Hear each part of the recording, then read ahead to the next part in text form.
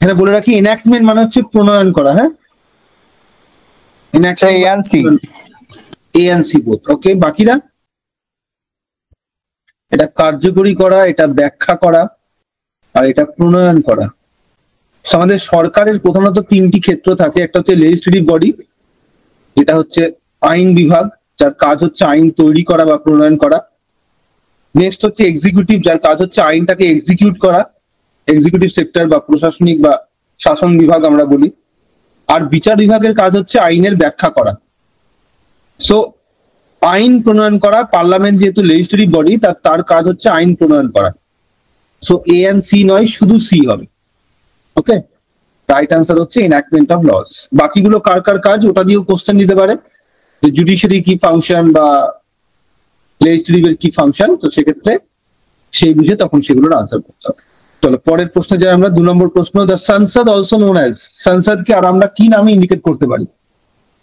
Option দেওয়া আছে, union legislature আছে, ফেডারেল লেজিসলেচার আছে, বাইক্যামেরাল, আর আছে all of this. Sir union legislature. Okay, কেন্দ্রীয় আইনসভা প্রথমটা, তারপর একটা যুক্তরাষ্ট্রীয় আইনসভা বলা হচ্ছে, তারপর একটা দ্বিকক্ষ বিশিষ্ট, আর এটা বলছে অল অফ দিস। তো রাইট আনসার হচ্ছে অল অফ দিস। সবগুলোই বলা যায়, কেন্দ্রীয় আইনসভা বলা যায়। বাইক্যামেরাল তো বলা যায় না স্যার। বাইক্যামেরাল বলা যায় না কেন? স্যার আমাদের তো স্যার লোকসভা রাজ্যসভা, স্যার ওটা তো দুভাগে আমরা ভাগ করতে পারি না স্যার। দুভাগে ভাগ করার কথা বলছি না, বাইক্যামেরাল মানে হচ্ছে দ্বিকক্ষ বিশিষ্ট আইনসভা। হ্যাঁ, কোন একটা আইনসভা আইদার এক কক্ষ বিশিষ্ট হয় অথবা দ্বিকক্ষ বিশিষ্ট হয়। তো আমাদের ভারতবর্ষের যে পার্লামেন্ট, তাতে দ্বিকক্ষ বিশিষ্ট করা হয়েছে, তার কারণ একটা হাউস যেটা লোকসভা, সে জনগণের স্বার্থ রক্ষা করে, আর একটা হাউস রাজ্যসভা, সে রাজ্যগুলোর স্বার্থ রক্ষা করে। তাই এটাকে বলা হয় হাউস অফ দ্য পিপল, আর এটাকে বলা হয় কাউন্সিল অফ স্টেটস। আবার যদি চাইনাতে দেখি, চাইনাতে এক কক্ষ বিশিষ্ট আইনসভা রয়েছে। এক কক্ষ মানে হচ্ছে ইউনিক্যামেরাল। এটা দুটো ভাগে ভাগ করার কথা বলা হচ্ছে না, এখানে বলা হচ্ছে এমন একটা আইনসভা যার দুটো কক্ষ আছে। তো যে কোনো দুটো কক্ষওয়ালা আইনসভাকে দ্বিকক্ষ বিশিষ্ট আইনসভা বলা হয়। তার মানে একইভাবে ইউএস এর যে দুটো আইনসভা রয়েছে, একটা সিনেট আর একটা হচ্ছে হাউস অফ রিপ্রেজেন্টেটিভ, সেটাও একটা দ্বিকক্ষ বিশিষ্ট আইনসভার উদাহরণ। আবার ইউকে তে যে দুটো হাউস আছে, হাউস অফ লর্ডস আছে আর হাউস অফ কমন্স আছে, সেটাও দ্বিকক্ষ বিশিষ্ট আইনসভার উদাহরণ। আবার ভারতবর্ষের লোকসভা রাজ্যসভা থাকা, এটাও দ্বিকক্ষ বিশিষ্ট আইনসভার উদাহরণ। আর সেই সঙ্গে ভারতবর্ষকে কেন যুক্তরাষ্ট্র আইনসভা বলে, এখনই বললাম যে কোনো যুক্তরাষ্ট্র দেশে আইনসভা দুটো কক্ষ নিয়ে থাকে। লোকসভা একটা, যেটা জনগণের কক্ষ, আর একটা রাজ্যগুলোর স্বার্থ রক্ষার জন্য একটা হাউস। তো এটাও আমাদের ভারতবর্ষের পার্লামেন্টকে বলা হয়, আর কেন্দ্রীয় আইনসভা বলা হয়।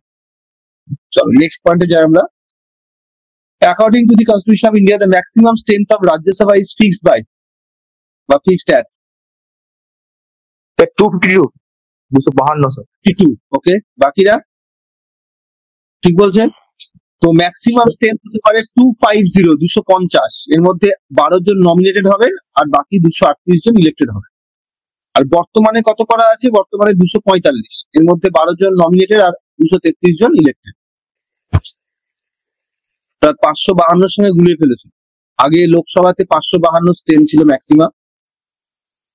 When the Lok Sabha seats increased by 525 to 545, একটি অ্যামেন্ডমেন্ট অ্যাক্টের মাধ্যমে লোকসভার সদস্যের সংখ্যা বৃদ্ধি করা হয়। কোন অ্যামেন্ডমেন্ট অ্যাক্ট?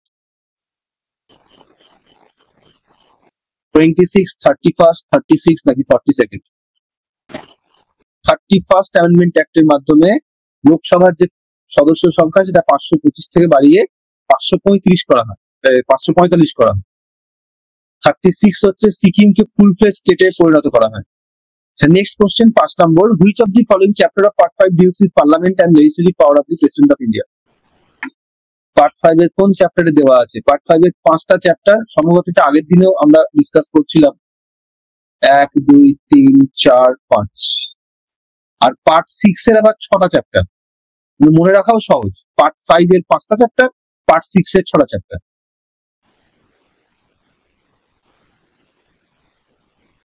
এখানে ফার্স্ট চ্যাপ্টারে এক্সিকিউটিভ আছে, সেকেন্ড চ্যাপ্টারে লেজিসলেচার আছে, থার্ড চ্যাপ্টারে legislative power of the president আছে, ফোর্থ চ্যাপ্টারে সুপ্রিম কোর্ট আছে, ফিফথ চ্যাপ্টারে ক্যাগ আছে।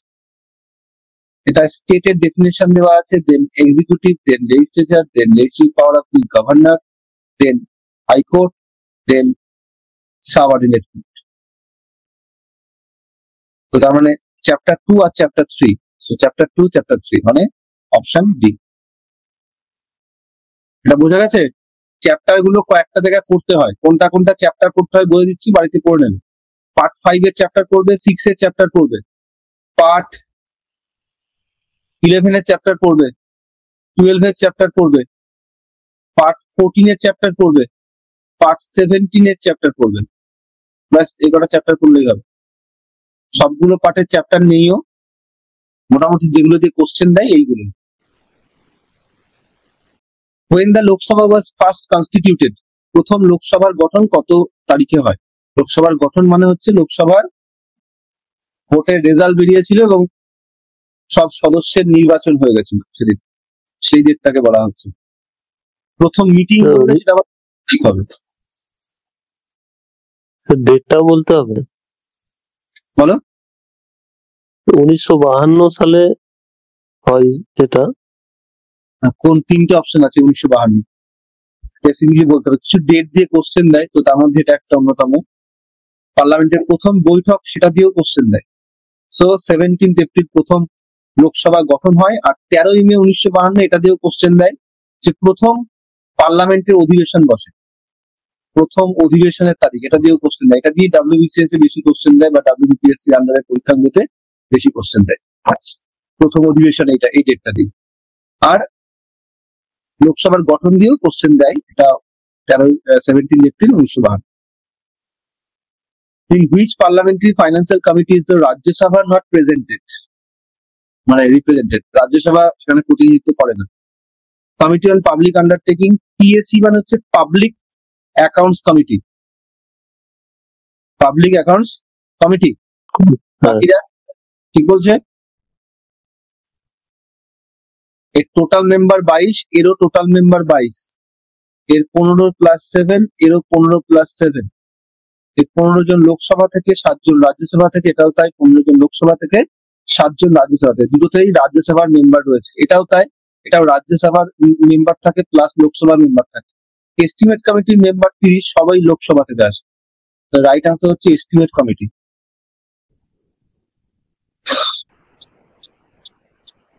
তাহলে টোটাল নাম্বার অফ মেম্বার দিয়ে কোশ্চেন দিতে পারে, কিন্তু লার্জেস্ট কমিটি হচ্ছে এস্টিমেট কমিটি, মানে ফাইন্যান্সিয়াল স্ট্যান্ডিং কমিটির মধ্যে সব থেকে বড় কমিটি হচ্ছে এস্টিমেট কমিটি। 3টে ফাইন্যান্সিয়াল স্ট্যান্ডিং কমিটি আছে, এই ABC, এই 3টে।